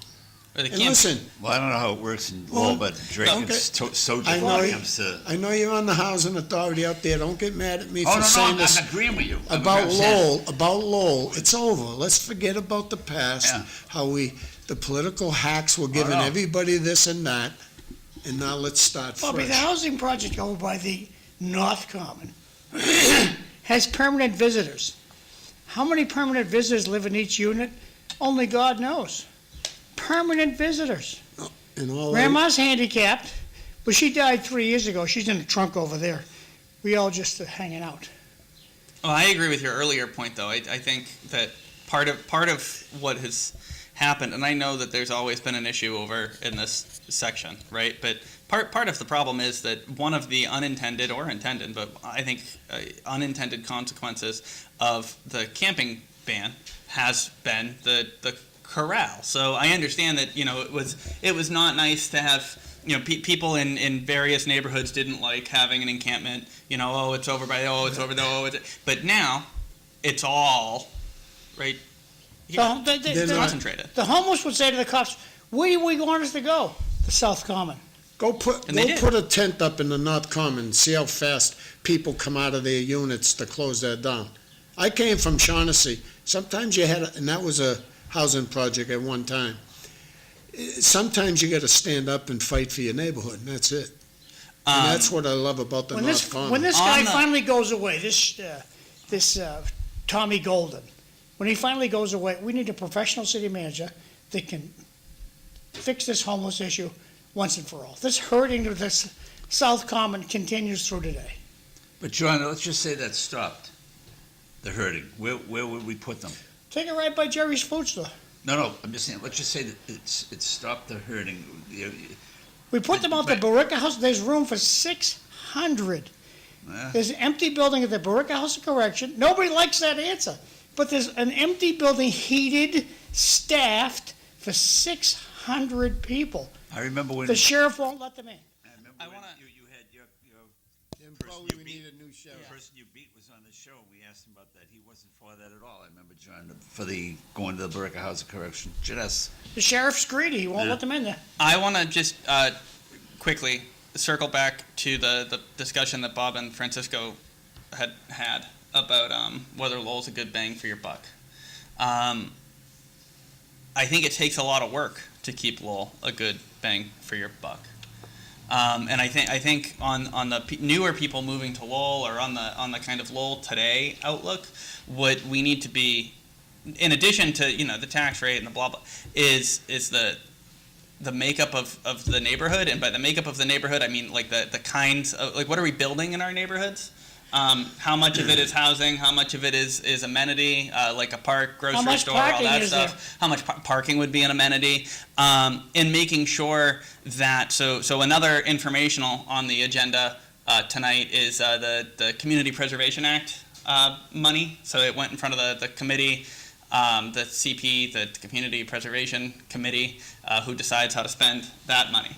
And just for those who don't know, that the CPA is for maintaining or making better green space, historic preservation, outdoor recreation space, historic preservation, and affordable housing. By law, it needs to be 10% minimum in each of those three categories, and then the remaining 70% is in those three categories, however you want. In Lowell, we really don't use that money for outdoor recreation at all. What we use it for is affordable housing. All we use it for is affordable housing. There are two projects being funded, two outdoor rec projects being funded. Only one of them was applied for by the City of Lowell. The City of Lowell just didn't apply for any of the money. They can apply for it. It's money. It's some money for $300,000 for a some skate park, playground, kind of wheeled paths expansion. $26,000 from the Downtown Neighborhood Association for some new benches for a state-owned park, which is great. And then a whole boatload of money for housing projects. For 120, St. Anne's Church put in for $300,000. They need to do some work that makes a historic preservation. Cobblestone's got a little bit of money. How about my roof? How about your roof? Well, you're not a 200-year-old church. Well, you live in an antique building in downtown Lowell. We could put in. Why don't they pay for your roof? Why does the city pay for your roof? You'd have to apply for it, and it depends on what the work is. And but City should stop giving doorway to all these entities. They don't pay a red cent in taxes. My problem though is, so you get $125,000. Mass Mills wants $125,000 for apartments, right? Well, Mass Mills broke my Riverwalk 3-4 years ago now, right? Bricks fell off the side of their building and broke the river. We can't open it. The bricks are falling off the building. Oh, are you going to fix it? No. I need $125,000 to do something else. What do you mean you need $125,000 to do something else? Fix the bricks that are falling in the Riverwalk. We paid a lot of money to build that thing. Tell Mr. Golden, issue no permits to that company till they fix those bricks. I agree with you. You've got money to private developers, left, right, and center for the creation for housing. Housing. I like housing. I need a place to live too. But this is a pot of money. We got housing money coming out the wazoo, right? Like every the Healy administration loves housing. Every pot of money available is there. You want to build. You want to have someone live in a shed in the backyard. There's money for you. Mm-hmm. There's all sorts of build housing money. The CPA is this one revenue stream, this one avenue with matching funds from the state. It's this one revenue stream we have for, things for people to do, right? Outdoor rec space. You want to move to the city, you're going to buy a $400,000, you're going to live in a two-family, you're going to live in a condo, whatever. You're going to live dense. Well, if you want to live dense, then we don't have a yard. That's the trade-off. You do density, you need public space. We have money available for improvements to public space, and we again and again and again and again in the city, we choose to give that money that's available for public space to private developers to make housing, to just continue going back to this well of public money that leads to private profit. And I have a problem with that. Cisco mentioned we were luckier because we bought our houses, let's say, for $80,000. And you have a 3%. Well, I'm just saying this is that's a good number. Compared to the kids today, 1984, more. I paid $64,000 for my home in Dragon. Now it's probably $390,000. Well, what hurts when you retire? Some people lose up to 50% of what they were making when they worked, up to that amount. And when you're retired and you lose about 50% of your income, and then you see your lights and your gas bill $900 for a month, it's like, are you kidding me? Property taxes, we don't want to see those go up anymore. Any other thing that comes in from the state and stuff like that, we're kind of for that. But property taxes is what's going to turn around. It's going to be like, by the time you're really retired, and you're an old person in your 80s, you're going to be paying property taxes that is more than what you were paying for a mortgage your whole life. It's really tough on seniors, that's for sure. Right now, I had to cut down on like fig squares and donuts and all those types of things. That's a healthy choice, Bob. No, but I want to go back to Sam Chase is a really intelligent person when it comes to numbers. So that's why when I hear him say that bang for the buck, maybe it's dying right now, I don't know. But I believe I get a good bang for the buck living in Lowell. I really feel that. I know everything's going up on me, but what we spend on property taxes in Lowell, I still spend kind of low compared to my friends that live in other towns. It's why we have an excess Lexington. levy. Yeah. Yeah. We have a very large excess levy capacity, and that I think goes to You your know what point. else I don't think Lowell knows, Sean? We have about 15,000, give or take 100 or two, students. Same as you, Lowell. Another 15,000. Think of that. When school's in, we got 30,000 kids, oh, not kids, young adults, 30,000 of them in schools in the city. That's a lot of kids. Comment from the audience, if the city needs money for everything, then why are they redoing the dog park near the Hunts Falls Bridge? Okay, going off to the announcements real quick, or as quick as I'm gonna go. If you wanna be on City Life, easy thing to do, just call my cell phone and we can talk about it. Nice. It's Greek Independence Week, man, I'm telling you, it's good food, you like Greek food? Pay attention. This is tomorrow, March 25th, tomorrow. Fish luncheon, $30, that's a bargain. You're gonna get a nice fish dinner. They're gonna have pizza for the kids at the, where is this? Hellenic Cultural Center, John. 318.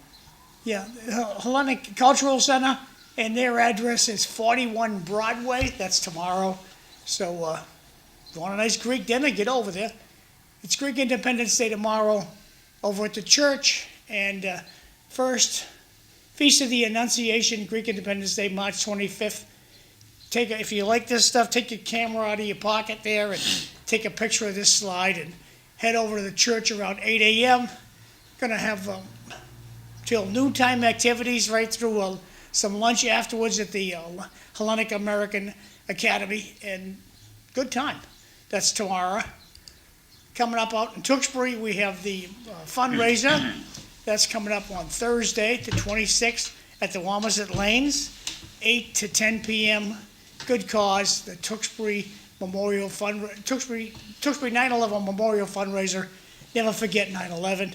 If you have questions on the issue, you can certainly call Mark Kratman. His phone number's down there, as well as his email. Moving right along here, the auction's coming up for the Superior Courthouse, Tuesday the 24th. This is the last day you can get a tour. Tour of the He'll be there. Superior Courthouse. If you want to get over there, you got to call this company, J.J. Manning, and tell him you're going to be there. Today is the day, 11 a.m. to 1 a.m. They're going to give 11 p.m. Back too fast, Johnny boy. 11 a.m. until 1 p.m. at the Superior Courthouse at the corner of Elm and Gorham Street. If you want a tour, you got to call them. I don't think you can just show up. You got to call that number. And the last one, the Taste of the Town, coming out in Tewksbury, April 9th. We'll talk about more as we go down the road there. Back to Cisco.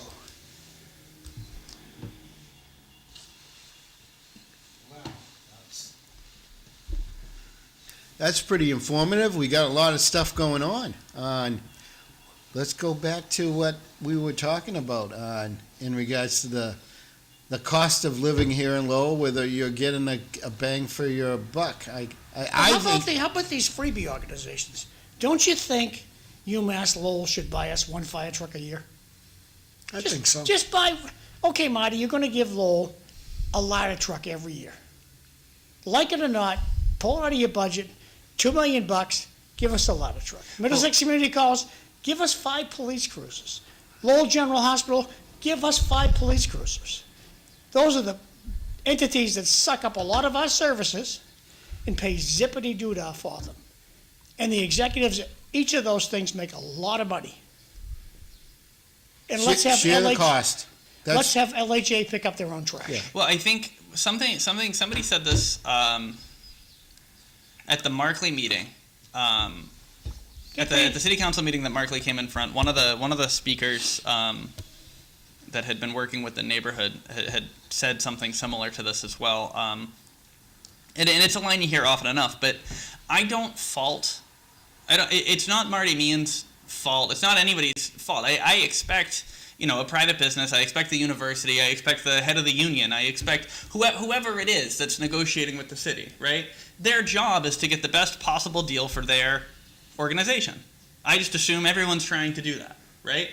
The problem here is that it's the city's job to be looking out for the best interest of the city, not for whatever organization they're dealing with. And I think, bang for the buck aside, in Lowell there is a history of not wanting to,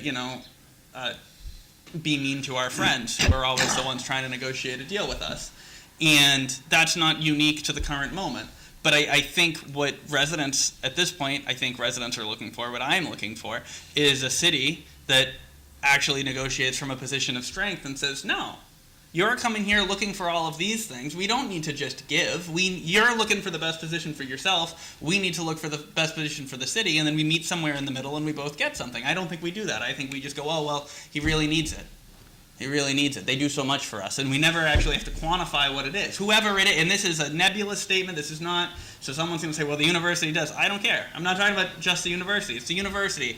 It's, Lipoli and the Hamilton Canal. Sean, you do well to look at the backroom deals that go on. I do. How my sister got a job, how your sister got a job. I agree with you. That's why I'm saying, don't look in the past. Don't look in the rearview mirror anymore. Forget it. It's done. There's nothing you can do about it. So this is a little breaking news from Drake Yeah. from last night. The Drake School Committee last night unanimously rejects privatizing school custodians. Good for them. Good for them. Yep. Fantastic. The superintendent wanted it, and they rejected, unanimous vote. That's good. Well, again, you gotta have some jobs for the residents that live in your city. I mean, More than half of our custodians live outside the city. More than half.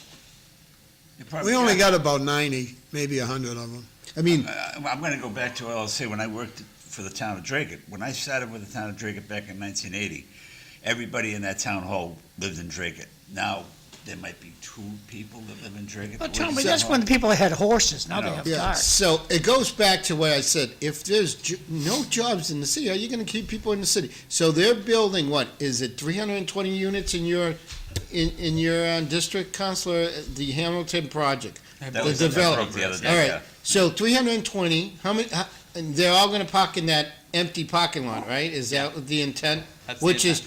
is, how far is that? Like a couple hundred feet away, Yeah, right? it's not bad. It's a good parking lot, yeah. So, I mean, you have no choice. Where are those folks gonna work? And first of all, they're selling these units with an idea that people are gonna walk or live in downtown. We're 320 units, okay, let's say 320 No, so jobs. I'm gonna- Do we have 320 jobs? But that's for those- but this is the mindset that people in Lowell, and Cisco, I like you, but this is the mindset that people in Lowell have, right? This is the state of Massachusetts begins at the Dracut line and ends at Tewksbury, right? Massachusetts is bordered on them. And what Lowell has going for it, where a lot of these people work, I got a decent percent of the vote downtown. I fit into a demographic of person downtown pretty well. Where a lot of these people work, it's in the 495 belt, the Route 3 belt. They work at Raytheon, they work at Bay, they work at I think Northrop Grumman's in Chelmsford. They work at there's a whole slew. Like we're in the middle of weapons manufacturing USA. And Massachusetts hates to remember that Right. Massachusetts is very very. I get it. But Massachusetts, a lot of Massachusetts money, a lot of people in Massachusetts make their money working for defense contractors. And there's a lot of them right around the city of Lowell. There are other tech companies as well. Billerica has a good number of manufacturing and engineering facilities. And so what Lowell has going for it, what downtown has going for it, is proximity to get on the highway. Same thing you would be looking at if you were buying in a suburb. The issue is people my age can't afford to, but we can't afford to buy in a suburb. We can't afford to buy anywhere. But my wife and I got lucky with the condo, but a lot of people moving into the market rate stuff in downtown, they're not gonna work in Lowell they're getting in their car and they're driving outside the city to go to a fairly well-paying job. And where I say our problem is, or one of the problems that I think we have, is that we're not treating downtown or really any of the areas of high density, market rate, or mixed income housing, we're not treating those as places that people are leaving the city, making decent money, coming back to the city, and then they stay inside. And the reason they stay inside is because we don't have any of the things that you would go outside. We can add as many of those people as you want. You keep adding them. Woo, right? Just add people. That's what they've just add people.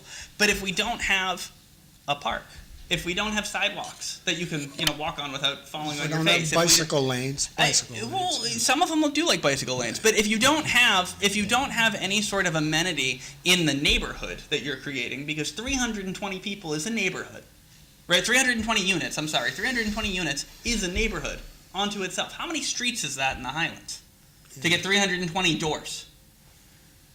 Right? Yeah. 320 doors. 320 votes for you. No, it's probably 2-3 people. There's 2-3 people living in each unit, Yep, right? yep. So it's a neighborhood. I What agree. are the services that a neighborhood needs? Canal Place has a whole number of, I can't even tell you how many units it is, but it's about this long on the voter list. Over on Jackson Street, you get those 3 wind buildings. You got Appleton Mills, like the Trinity building by Appleton. You've got hundreds and hundreds of units. And where's Callery Park, right? Yeah. Where's Tyler Park? I'm not looking for shed, right? I'm not saying, where's my acreage? But where's the thing that I go outside for? We got 2 Mexican restaurants and a Chinese, and the majority of people that I see that live downtown, so a lot of the Mexican place, a lot of the restaurants, Cobblestones, those are people who drive into downtown, and their interaction is I drive into downtown. Mandarin gets a lot of people that live downtown. Warp gets a lot of people. Warp and Weft gets people that live downtown. Fuse gets people that live downtown. Tremont gets people. But there's 2 ways that people interact with downtown Lowell. You have the people who live in Lowell or just outside Lowell who drive in, go out to eat, they're mad they couldn't park right in front of the restaurant, and they leave, Athenian. And then you have the people that live in downtown Lowell. They drive outside of the city to go to work, which is wild, right? That you have an urban center, but it's a commuter hub. Mm-hmm. And then their interaction is, well, do I want to drive home early and go out, or do I want to just come home a little later and go out with my coworkers? There's not really anything to do, right? There's festivals, but on a random Saturday, right? We're missing that kind of street level amenity, or the ability to walk from downtown in the neighborhood, right? From the 320 units to get across Dutton Street to get to Market Basket, where you get, a couple hundred yards of fencing, so you can't just cross, and then you've got 4 lanes, 5 lanes of traffic, and that's kind of in every direction. So those are the kinds of things those are the hiccups to foot traffic. I don't care how many people you add. If you don't remove the barriers to leaving your house, then Is the senior center it's on twice. it's on twice tonight? Okay. So, It's on twice. and I agree with that. But don't we have a master plan that takes this into account? The only With part all of all this development, and the only reason I bring the development up with the need for jobs is that they're selling development on affordable housing, and they're saying, we don't even need parking because there's going to be all this stuff close by. And in reality, like you just said, Councilor, it's not there. right. Well, that's what I'm trying to say. And my concern is, and I maybe bringing the Hamilton project into that conversation was probably not the project to bring. It's the other project. It's like the one at the end of the connector. Right. All right. There's no one that's going to live there that's not going to have a car. All right. So we're selling all these development in these real tight neighborhoods, the acre especially, and say, we don't need cars. We have all this service down here. We got food. We have parking. But in reality, it's not there. In reality, the folks that are going to be able to afford these new units have to work somewhere other than Lowell. And where are they going to park those cars? I mean, and the quality of life for Bobby and myself, which is getting less because, at one point I had plenty of parking to invite my family over to come visit, but now we don't. You know what I mean? How many units are going at the end of the connector, John? At There'll be least- room for 70 people there. Yeah. How many? There'll be room for 70 people there. Okay. How many units are going to be there? When you do the math, Well, I just mean as far 70 as people are parking, going. 70 people are going to live there, Yeah, and they're all going to not have a car. yeah. You're crazy. Yeah, Yeah. exactly. Why would you live at the bottom? Why would you live at an on ramp? And someone was like, "Oh well, it's not that far to the train station." But why would you live at the on ramp? You It's don't say I want to live at uphill. an on ramp. It's uphill both ways to the train station, Are by they the gonna- way. Are these gonna be condos or apartments? Do you know? I never looked into it. I was just, Apartments. when the city let them go ahead and do it, when I went to the meeting and the guy said, it's all about city greed, it's all about greed. Greed, the greedy city council and the greedy administration. It's all about greed. The city, oh, that's so, there's no place for you to park. Oh, that's awful. Give us your tax money and shut up. Well, and that's so in the recent zoning, the zoning audit that came out, and it went in front of a zoning subcommittee I'm the chair of the zoning subcommittee, and the zoning audit kind of initial review. Hey, here's what we're doing, and we looked at it. Right, they present it like, oh, we're just starting the study. It came in front of us for an update, and included in it were these two tables where they were looking at changing lot size requirements everywhere, and in the suburban neighborhoods, there was some pushback because it was, I think, a reduction of 2,500 feet. So I think from a 10,000 square foot lot size to a 7,500 foot lot size, and that irked some people. I don't know anyone there. I get why they would be irked. What gets me is in looking like at a neighborhood like Back Central, which is a good chunk of Back Central is urban multifamily zoned. And the urban multifamily zoning, they wanted to change the per dwelling unit lot size requirement. They wanted to go from 1,000 feet per dwelling unit to 500 feet per dwelling unit, which means if you're renting a 2-family, you hit times 2, and now you put a couple more walls up, and you have a 4-family, you get a 4-family, now you have an 8-family, because presumably if you're compliant with the current code, you just multiply it. Well, the way that the city understands I'm the law opposed. is much different in Drake. In Drake, if you're going to build a housing unit, you're going to have 2 parking spaces. Right. In Lowell, the way we understand the law, you don't have to have any parking spaces. And how is it, so Lowell is screwing its taxpayers every day of the week. Well, and Because then there's no parking required. And then you have some counselors, and some of them, I think you guys, you like them, but, they say things when questions are asked about our interpretation of the law, and you get answers because, again, right, Lowell starts, Massachusetts and Lowell are, I guess, the same exact place, and there's no law outside of Lowell, and and they'll say, oh, well, the law is the law is the law is the law, and our city says this is the law, and it's like, well, okay, but how come none of our other neighboring communities have this interpretation of the same law? You use the speed limit.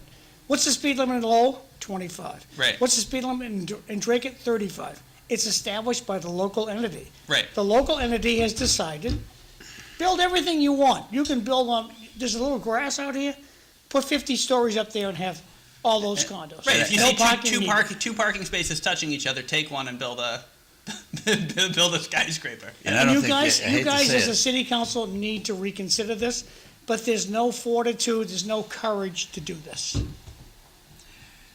The 25-mile speed limit in Lowell's a joke. I've seen cars speeding. At first, they were doing some enforcement on Bridge Street, but I was going down Lakeview Avenue the other day from Drake. I was going 25, and there was a guy right on my tail. I mean, they're not enforcing it. So, and Dan Rourke meant well, but it just not I happening. like the 25, I like it. It might What's slow that? it down a Oh, little I I bit. do. like the but- 25 yeah, mile an hour. yeah. And if they want to pass me, go ahead. Well, I've got passed on Lawrence Street Oh, I plenty don't of times. stop. I keep going to 25. I don't. Mammoth Road's plenty wide, they can get around you. Yeah.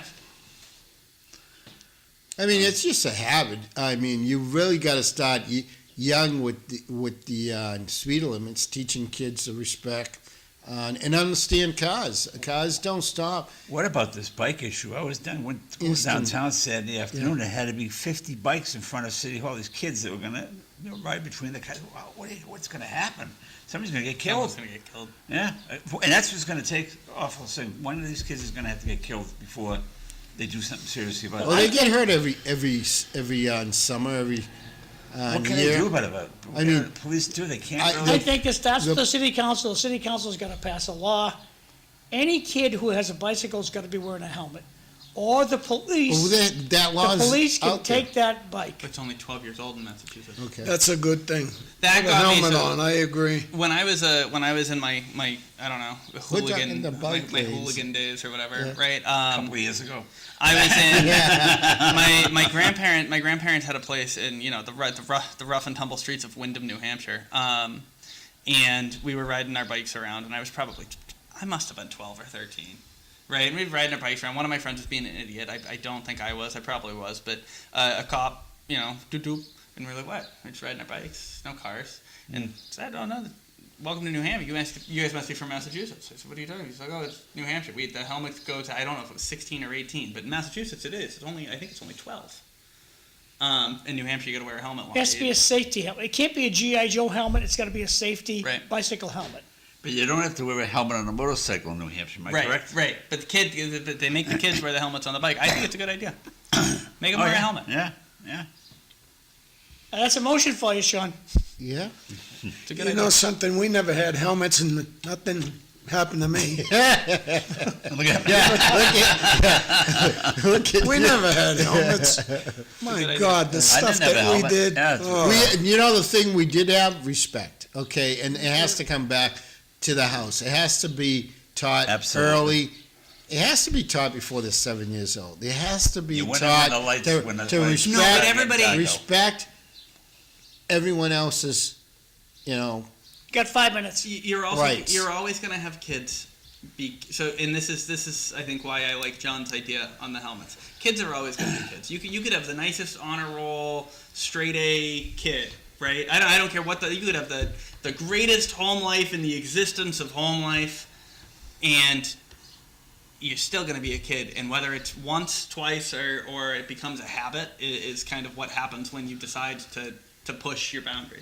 You could have a very well-behaved kid who says, it doesn't look like anyone, you know what, I really want to go and do a wheelie and weave through traffic. It looks like I'll have it's going to be so exciting. And if they do it and it's fun and no one calls them out on it, why wouldn't they do it again? Did anybody see that picture on the internet about what must have been during all our snowstorms that showed a picture of 1975, no school, kids out playing in the snow, 2025, and they're playing on their phones inside the house. Well, and that's the other part. Yeah. It's like Yeah. there's a part of me that someone's gonna get hurt, and what they're doing is unsafe, and we need to figure out how to get those kids to stop like the pure hooliganism of Yeah. it, right? Like the weaving and the bobbing and Oh. the wheelies.